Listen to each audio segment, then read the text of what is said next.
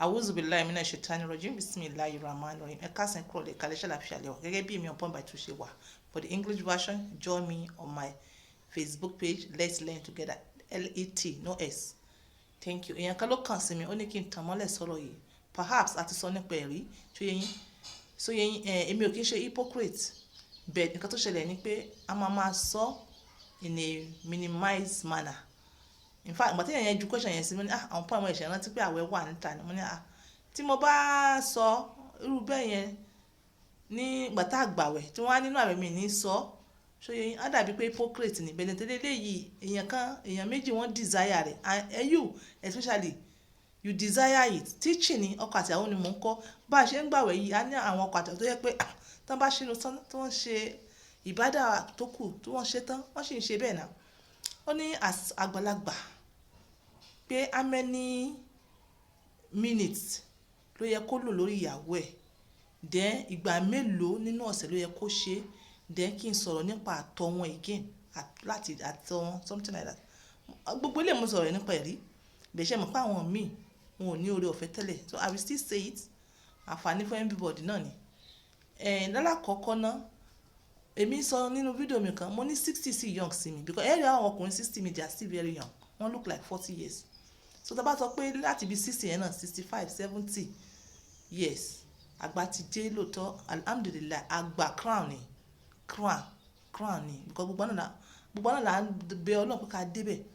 ká sì débẹ̀ ní ti dáadáa ká má ṣe jọ̀kújọ̀kú ká sì ní action nǹkan tó ń wù mí nìyẹn. So àwọn èèyàn kan wọ́n sọ wípé bàríà kọ́ age ó kì í ṣe bàríà fún ìbálòpọ̀ bá a ṣe ń sọ yìí tá a sọ pé age àwọn kan kí ni wọ́n ń sọ àwọn sì wà active àwọn wà active gan ni kódà àwọn ṣe jọmọ kékeré lọ but this is just the truth. Kò lè dàbí I'm sorry kò lè dàbí ìwọ tó bá sọ pé o wà active nísìn kó wúrà rẹ wò nígbà tó wà ní Sàngóòdè tó ṣì young wàá rí i pé kò lè dàbí that is just the truth. Bẹ́ẹ̀ síbẹ̀síbẹ̀ náà yín ò ní pé àwọn ọkùnrin míì wọn ò kí ń ṣe pẹ̀lú ìyàwó wọn wọ́n máa ń ṣe in fact máa encourage ẹ̀wọ́ tó bá ń gbọ́ mi lé tó yẹ pé ò kí ń ṣe ó ní láti máa ṣe ìbálòpọ̀ pẹ̀lú ìyàwó ẹ̀ dáadáa. But ọkùnrin yẹn bí mi léèrè ó ní minute àti duration ó ní mo wá fẹ́ tàn mọ́lẹ̀ sí nísìn ṣó yé yín. Ṣé ẹ rí bí kíní ṣe dáa tó bẹ́ẹ̀ náà ni púpọ̀ rẹ̀ ò dáa as per say èèyàn tó ti ń dàgbà nítorí pé kíni tẹ́ bá ṣe jù tẹ̀mí èèyàn tó bá jẹ́ pé ó bá ní àrùn heart problem yìí ó lè lead sí cardiac arrest ó lè slump àti bẹ́ẹ̀ ó lè kú. So ẹ ní láti máa watch bára yín ṣe wà kẹ́ tó máa sọ pé ẹ máa ṣe gbìgbìgbìgbì. Èmi mọ̀ pé ọ̀pọ̀lọpọ̀ yín ẹ ní irinṣẹ́ lọ́wọ́ irinṣẹ́ àgúnná pọ́n by 2 ṣó yẹ yín bẹ́ẹ̀ síbẹ̀síbẹ̀ náà ó ń jáde lẹ́nu èmi the owner nísìn èmi the owner of pọ́n by 2 black seed therapy pé bẹ́ẹ̀ ṣe máa ṣe lélẹ̀ ẹ dẹ̀ follow rẹ̀ swiftly ẹ̀yin náà dẹ̀ rí pé ẹ̀mí yín ó gùn nínú ọlá nínú yìí tẹ́ bá wọ ọwọ́ yín palm yín ẹ̀yìn àti bí ẹ rí pé ó ń dry kò dàbí tẹ́lẹ̀ mọ́ kódà ẹ wọ àtẹ́lẹsẹ̀ yín ẹ rí pé ó ń dry kò dàbí tẹ́lẹ̀ mọ́. So tẹ́ bá ń ṣe jù ó bá tó táìmù kan ẹ ní wá ẹ ní dà ẹ ṣe ẹ ní dà àwọn nǹkan tó wáyé kọ́ńtò ẹ̀ tí wọ́n ti jẹ orógbó tipẹ́ tí ń jẹ àwọn ni wọ́n wá orógbó dá mo ní minimal bẹ́ẹ̀ ẹ̀yin ti jẹ́ jù ó máa seize gbogbo àtọ̀yìn ni. So recommended tí mi advice yín ṣó yẹ yín as the owner of herbal tẹ́yìn lò lẹ́yìn tèmi ó ní pé ìwọ tó bá rí pò sí ní action ọyọ kan lọ́sẹ̀ ti tó. Do you know why? Màá sọ díẹ̀ fún yín àbí tó bá rí pé ọyọ kan lọ́sẹ̀ yẹn ti pọ̀ jù ó agbára ẹ̀ lè mọ́ ká àbí bóyá tó ló fẹ́ follow advice mi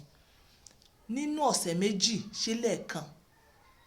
So tá bá wá sọ pé nínú oṣù kan ẹ ṣe lẹ́ẹ̀mejì nìyẹn tẹ̀yìn wọ́n tó bá rí pò tẹ̀ wá lágbára rẹ̀ àtọ̀ ṣe ẹ̀ẹ̀kan nínú oṣù àmọ́ pé ẹ fi kalẹ̀ lẹ̀ yẹn ẹ fi kalẹ̀ lẹ̀ oṣù méjì oṣù mẹ́ta at the end of the day ẹ ní ṣe mọ́ nítorí pé kí ni nínú ìbálòpọ̀ mo ti máa ń sọ fún yín níbẹ̀ ni happiness wà níbẹ̀ ni ẹ̀mí gúngùn wà ibẹ̀ ni ìdùnnú wà ibẹ̀ náà lẹ ti máa wà more productive. So gbogbo nǹkan tẹ́ bá dọ́wọ́lé ó máa yọrí sí rere ibẹ̀ ni kíní kan tá à ń pè ní fẹ́rin jíní ibẹ̀ ló wà ìyàwó rẹ̀ ó nífẹ̀ẹ́ rẹ̀ ọmọ rẹ̀ ó nífẹ̀ẹ́ rẹ̀ àwọn ará àdúgbò wọn máa nífẹ̀ẹ́ rẹ̀ bí tí kíní yẹn ní advantage jẹ́ ni is more of spiritual so yẹn is more of spiritual, so ó ní advantage bẹ́ẹ̀ náà sì ni púpọ̀ rẹ̀ kò ṣe kí mọ́ fi àkókò kalẹ̀ táàmù ti ń lọ,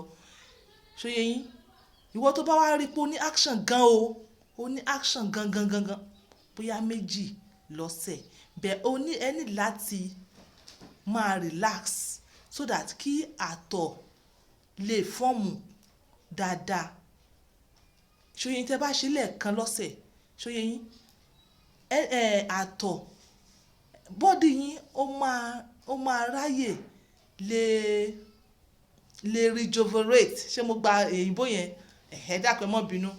so that kí àtọ̀ mi lè form, so that nutrient mi kó lè form for the next one, so that tó bá tẹ̀ rí ọmọ young person lè lóyún gan sharp ó máa lóyún bóyá náà lè fẹ́ lórí ọ̀fẹ́ kó ṣèyàwó bì kó ọmọ yẹn lóyún sharp alhamdulilayi àwọn tó níyàwó púpọ̀ náà ẹ̀ẹ̀kan weekly náà wọ́n mọ̀ tán ẹ̀ weekly wọ́n mọ̀ tán ẹ̀, so alhamdulilayi so that kí ara kẹ́ fún ara láyè láti fi renovate,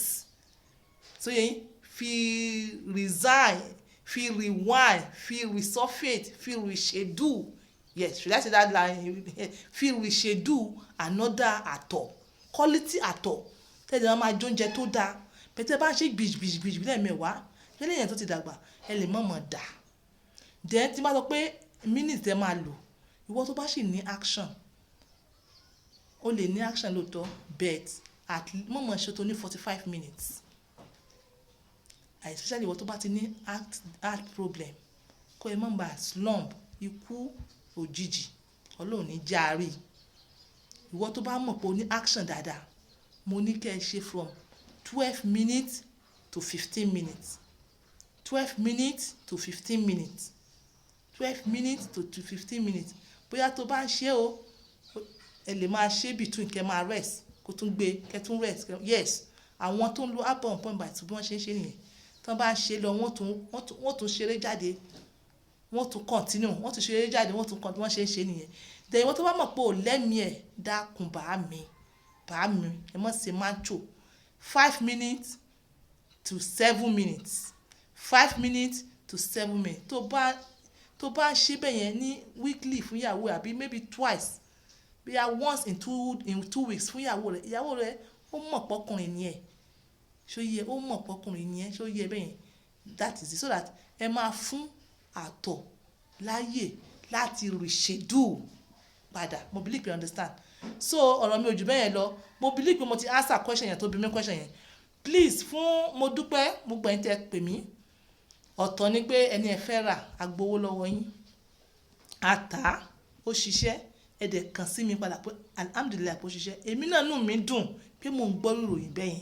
inú mi dùn bẹ́ẹ̀ ṣe mọ̀ pé ìgbà mi kò ní dá kó mọ́ jáde látẹnu èmi báyìí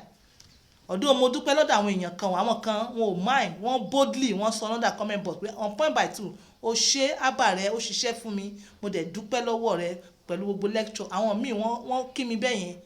bẹ́ẹ̀ ọ̀pọ̀lọpọ̀ ẹni ẹ̀ ṣáì but why ẹ jẹ́ ká lo system yìí why tẹ́ lo like ẹ kàn máa sáré change orúkọ yín yes you can change your name now ẹ dẹ̀ máa padà change ẹ̀kún mọ́ ẹ sáré change orúkọ yín kẹ́ ẹ fi comment pé on point thank you abba yes bẹ́ẹ̀ mo dúpẹ́ o recommendations upon recommendations bẹ́ẹ̀ mi ò fẹ́ kó mọ jáde látẹnu mi fẹ́ kó mọ jáde látẹnu yín this is on point èmi a ṣì ń ṣiṣẹ́ lọ o so yẹ yín ẹ má jẹ́ kí n sọ̀rọ̀ jù so mo believe pé mo ti answer question yẹn mo ti answer dáadáa àti bẹ́ẹ̀ náà sì náà point ń wo time so bye for now ó ní question kan tí mi answer tán níjọ́ wo bóyá next time máa padà wá answer èèyàn tó náà ń fa yẹn tó ń kọ̀sẹ̀ ní backache ó ní pé ó ti ní existing problem nínú ara tó jẹ́ pé tó bá ti fà á time tó ń contrast sí àtọ̀rẹ́ ń dà yẹn ibi tó ń dùn ẹ́ nínú ara yẹn náà ó náà contrast ló ń fún ẹ ní severe pain tó ń mú jáde ńgbà yẹn so o ní láti lọ check what is happening in your system bye for now.